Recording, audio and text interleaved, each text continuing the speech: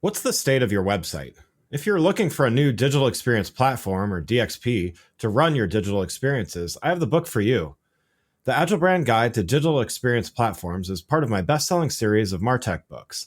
In this book, I explore and demystify DXPs and look at the roles a digital experience platform should play, the different types on the market, as well as how to initially evaluate platforms, then how to best implement a DXP once you've selected it. The book also features a foreword from Rupali Jain, Chief Product Officer at leading DXP provider Optimizely, as well as several other thought leaders in the industry. Learn more and get a copy in print or digital now by going to the Agile Brand Guide website at www.agilebrandguide.com. The Agile Brand.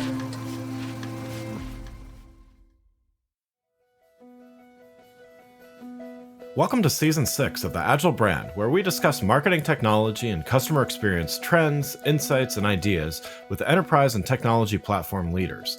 We focus on the people, processes, data, and platforms that make brands successful, scalable, customer-focused, and sustainable.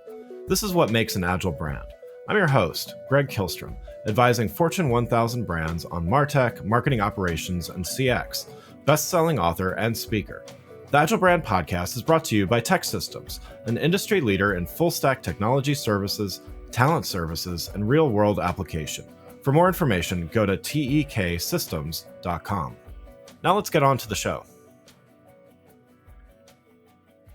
Welcome to today's episode, where we're going to talk about advanced strategies in branding and communications with Nikki Festa O'Brien, CEO of Greenough Communications. We're going to explore how brands can articulate their stories more effectively, manage financial communications, and about the critical relationship between marketing and communications. Nikki, welcome to the show. Thanks so much, Greg. Yeah, looking forward to talking about this with you. Why don't we get started with you giving a little background on yourself and your role at Greenough Communications? At Greenough, we work with Fortune 500 companies, disruptive startups across the technology, healthcare, and climate transition. My role as CEO is to really focus on the milestone moments for these clients, whether that be messaging and positioning, crisis, financial comms, internal and employee comms, change management, all things of that nature. Great. So yeah, we're going to talk about a few things today, but I want to get started with talking about driving brand strategy and how to articulate a company's story. So what are some of the key considerations when you're developing messaging and positioning for a brand? How do you ensure that these align with the company's overall strategic goals? Yeah, it's audience. If you can deeply understand our brand's target audience, what makes them tick, challenges that they face, their daily workflows, and this includes your internal audience too, that makes the messaging and the positioning so much easier to put together and also have the biggest impact, because you know that you're speaking the same language as who you want to speak to. So that's really the top three: audience that you have to take in for consideration and really understand. Yeah. And so, part of that connection with the audience is telling the right story, right? Telling a story that resonates deeply with them, and not only resonates with the external audiences, but also with those internal audiences that are going to be evangelists for the brand and things like that. How do you approach that to, finding the right story and crafting that story? Yeah, starting outside in before moving inside out. And what I mean by that is considering what the customers, prospects are looking for. What are the challenges that they face on a daily basis? What are some of the external factors that impact their day? And then trying to marry what you offer, whether it be a service, a product, to solve those moments for them. And so can you maybe share an example of a brand story? Don't have to name names necessarily, but just a successful brand story transformation that made a significant impact. Yeah. One client that I worked with for a number of years, we'll say global Fortune 500 company in the ERP space, they had a new CMO start, and we had a couple collective goals. She was very ambitious, very exciting to work with. And she had a goal to really make this brand be a world's most valuable brand. by all sort of lists and considerations, awards, etc. Also, to really approach the messaging and brand positioning with purpose. So a lot of the time we spent together when we were going back to the roots and deciding what we wanted that new brand messaging and positioning to be, we were identifying use cases that had impact. So while what they did might not have been the most sexy or the most purposeful on the outside, what it allowed companies, nonprofits, across a variety of different verticals, what it allowed them to do and accomplish was purposeful. So really bringing that to the forefront.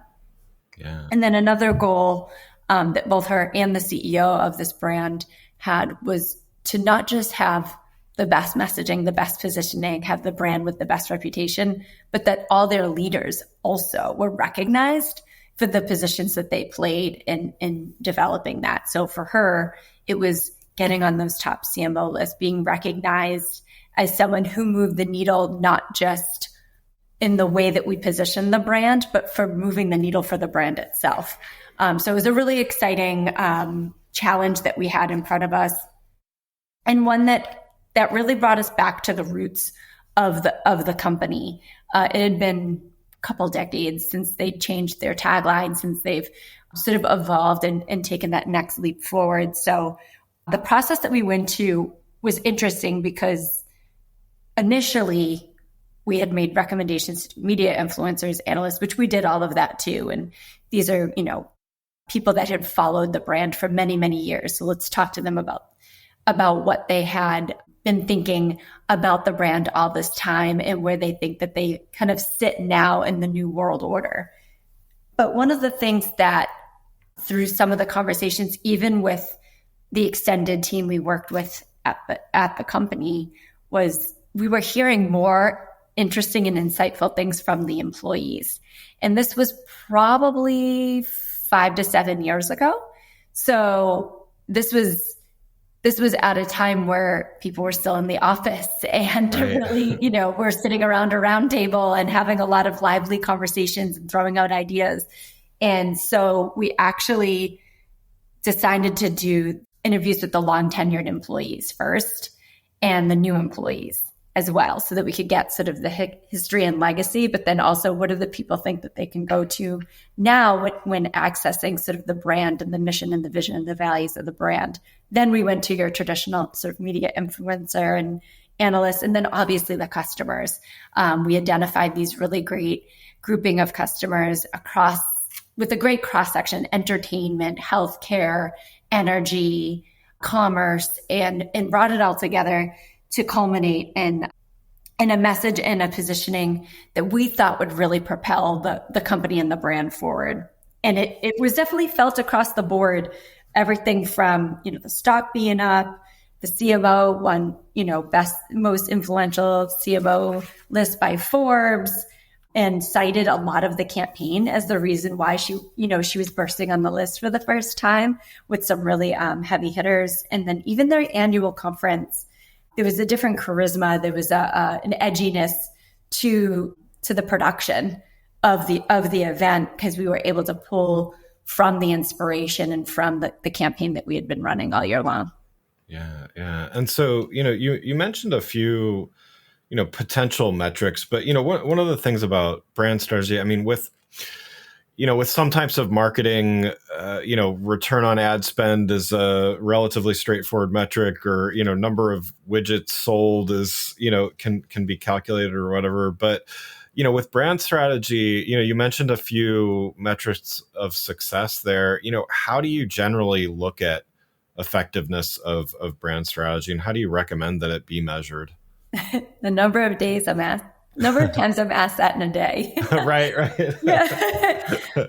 Brands are meant to be felt. There is tangible and intangible elements of that, and definitely data and metrics that support that it's resonating with your target audience.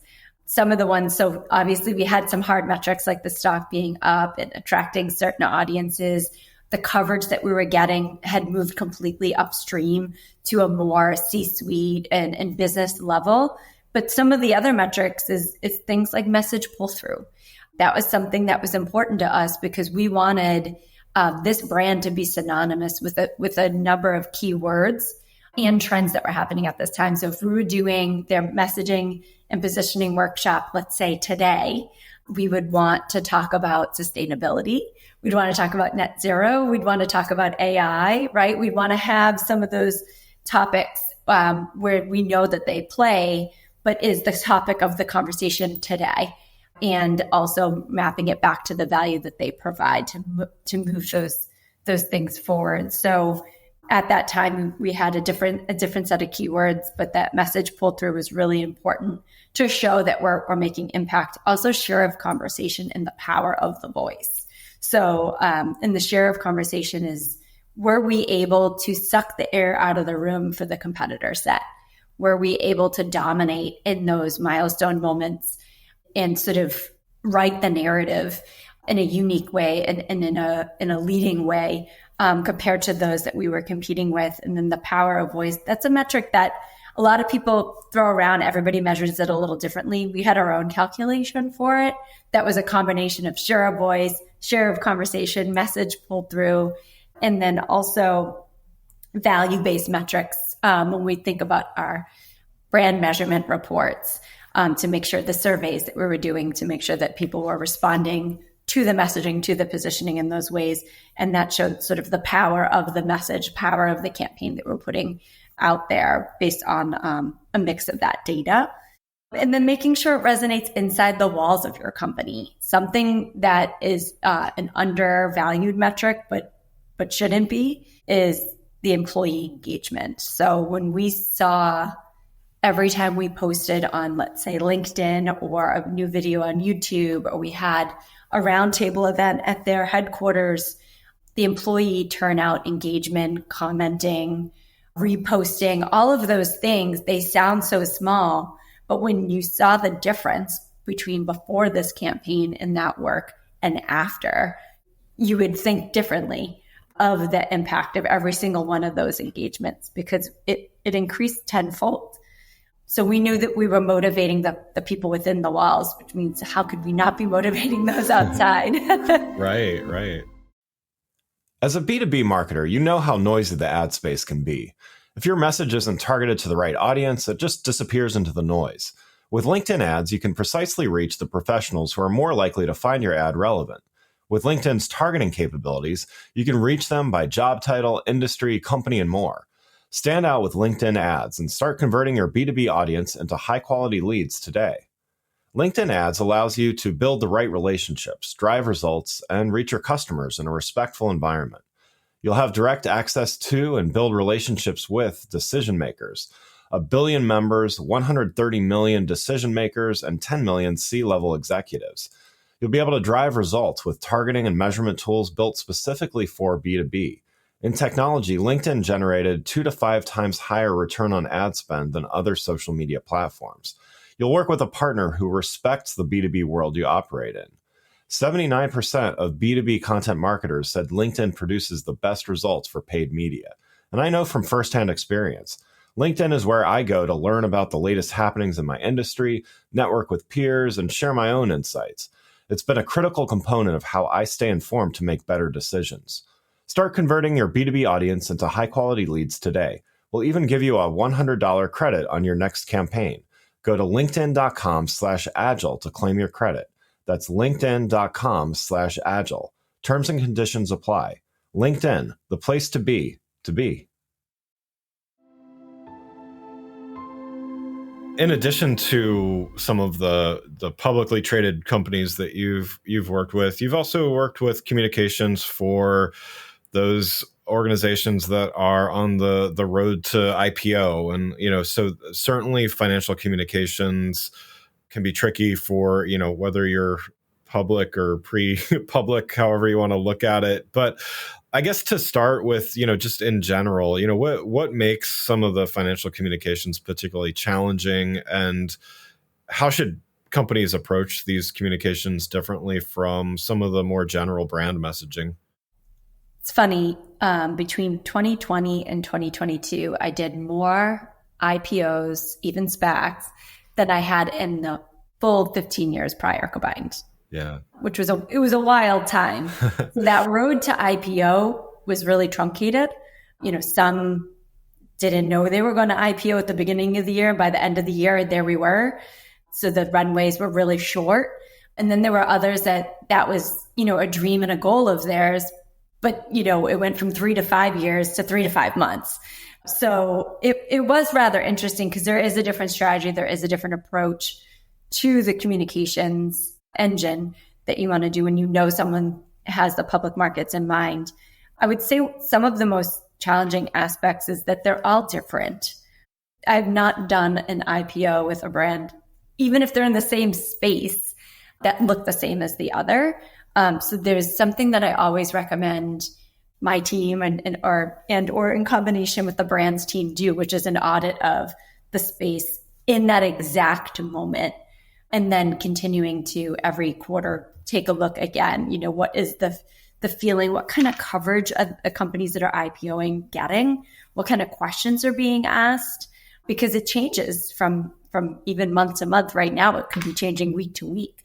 So that's something that's really interesting and insightful, and something that stands out to me as probably the most challenging is how different every company approaches sort of, we'll call them the rules of the road on the road to IPO.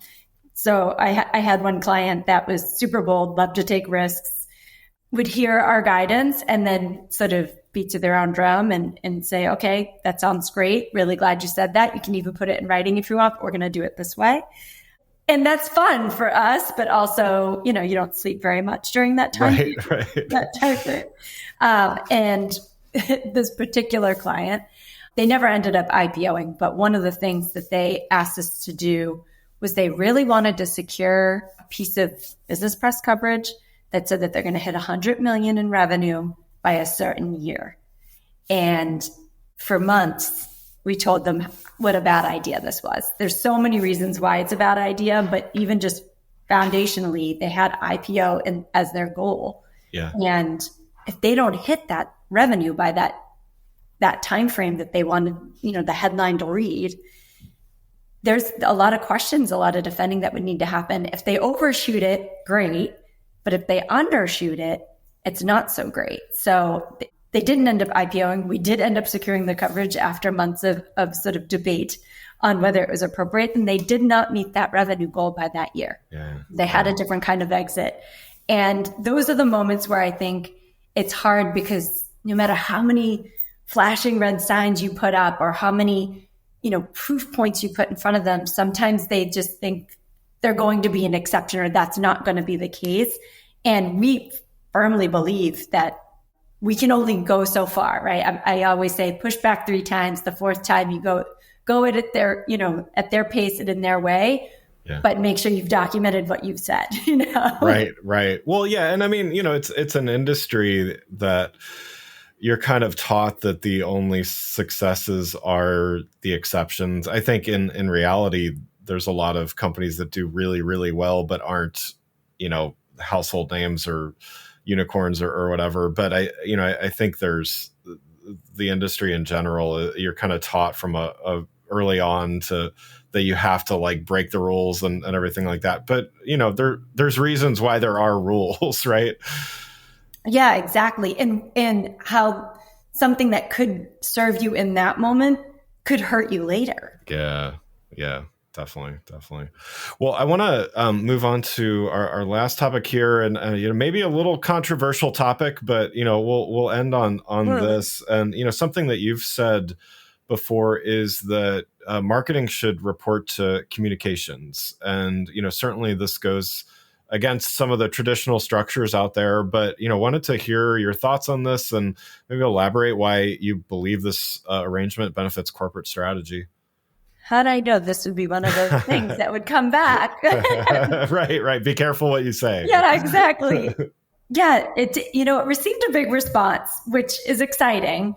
And I think all my comms colleagues and peers all really, seconded the notion. And even a lot of the marketers that I work with and ones that I don't had a pretty good and positive response to it. And I will say, while more strongly worded, than I intend it to actually be as a commentary of the industry, things are finally starting to shift. And for me, comms hasn't really got that renaissance that it really needed to kind of push things in the other direction for the field in the industry. It's such a critical function. And one of the things that really sticks out to me, I'm over 20 years, mostly agency side. I have had an in-house role once, but I'm an agency rat, as I like to call myself. And with that, I see clients, $5,000, $50,000, 50,000 person companies, 500 person companies, 50 person companies. The one common denominator is that the comms team is usually a team of one. And that's tough when you think about external, internal, a lot of them control brand, the financial pieces, the executive comms. It's a lot of different channels, and marketing has the same thing, right? They have SEO, paid, and display, and all of those things as well. But, we really have to prepare for a business case with our clients. Anytime we need budget for anything, they don't have their own budget. They're falling for it with their marketing counterpart or product, or an individual executive will need to sponsor a certain initiative that they want to get done.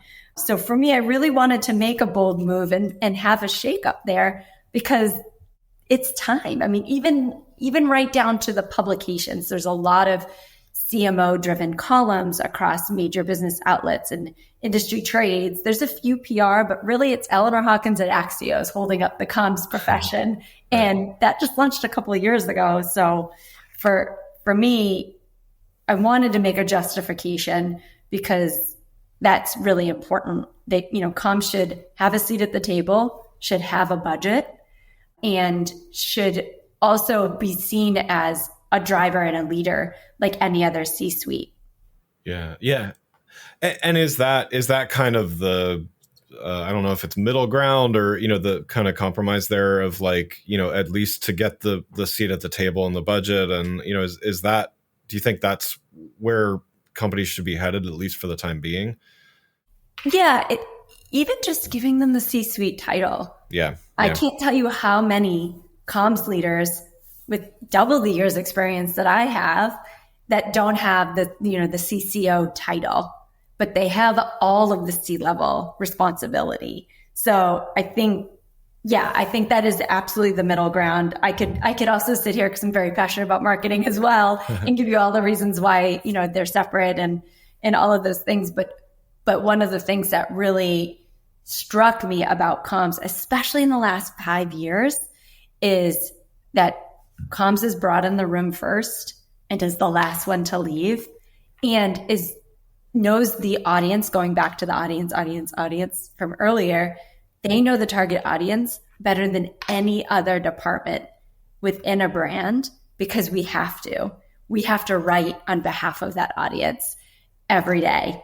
So there is sort of a feeling that if communications owns the message and marketing executes on the message, maybe it's not a reporting structure, but there's definitely a chain partnership that's happening kind of back and forth. Yeah. And so, along those lines, then, there's a lot of marketers listening to this show, and, what can they do and a lot of marketing leaders listening to this show, what can they do? What's their part to support this? Well, that's a great question. It would be nice, when they're sitting at the table and they're talking about, different launches or strategies or communications or messaging, to ensure that their comms leader is sitting next to them, representing the work and there for the conversation too, because we're only as good as we have for information or context. We can do our job much better with that. So maybe making sure that comms has the seat next to them, at the very least. Yeah. Yeah, I love it. Well, thanks again for joining, Nikki. One last thing before we wrap up. Based on this conversation, what do you hope that communications folks will take away from this when they're planning their next branding effort? To stop thinking about brand and comms as a nice to have. If you're looking for funding, if you're looking to attract buyers, boost reputation, influence pipeline, communicate your CrowdStrike outage, to, work through a ransomware attack, a restructure, or to compete in a crowded space. There's a communications for that.